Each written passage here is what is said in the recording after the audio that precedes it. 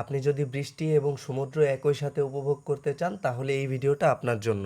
যেহেতু অধিকাংশ মানুষই শীতকালে ট্যুর দিতে পছন্দ করে, তবে আমার কাছে শীতকাল মানে পাহাড় এবং বর্ষাকালে সমুদ্র ভালো লাগে।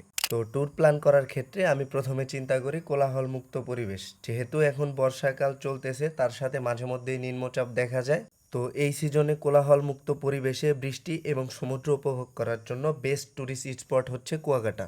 তবে এই সিজনের অসুবিধা হচ্ছে ঘূর্ণিঝড়। যেহেতু ঘূর্ণিঝড় আসার পূর্বে পূর্বাভাস পাওয়া যায়, সেক্ষেত্রে আবহাওয়া নিয়ে একটু রিসার্চ করে আসবেন, না হয় ট্যুর বৃথা যাওয়ার প্রবাবিলিটি অনেক বেশি থাকে। তো কয়েকটা স্পট ঘোরাঘুরির পরে আমার কাছে বেস্ট মনে হলো লেবুর চর। তো এই প্লেসটা ছিল সম্পূর্ণ কোলাহল মুক্ত, তেমন একটা মানুষজন নাই, ছিল দুই তিনটা ভ্রাম্যমাণ চায়ের দোকান। তো তার আশপাশে যতগুলা গাছ ছিল সেইখানে ছিল অসংখ্য হ্যামক ঝোলানো এবং দোলনা। তো এখানে ইন্টারেস্টিং বিষয় হচ্ছে এইসব হ্যামক এবং দোলনা ব্যবহার করার ক্ষেত্রে আপনাকে কোনো পে করতে হবে না, তবে সমুদ্র পাড়ে বসে উপভোগ করার জন্য যেসব চেয়ার ব্যবহার করবেন সেইগুলো অবশ্যই আপনাকে পে দিতে হবে।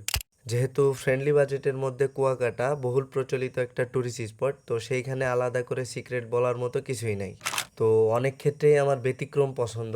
এই ধরেন শীতকালে আইসক্রিম, তার সাথে গরম যতই থাক চা অবশ্যই চলবে। তো ওইরকমভাবে ট্যুর প্ল্যানের ক্ষেত্রেও চিন্তা করি যে কিভাবে কোলাহলমুক্ত পরিবেশে ট্যুর দেওয়া যায়। তো ধন্যবাদ ভিডিওটা দেখার জন্য। যাদের বিভিন্ন অ্যাপসের প্রিমিয়াম ফ্রিতে লাগবে তারা অবশ্যই ইনবক্সে জানাবেন।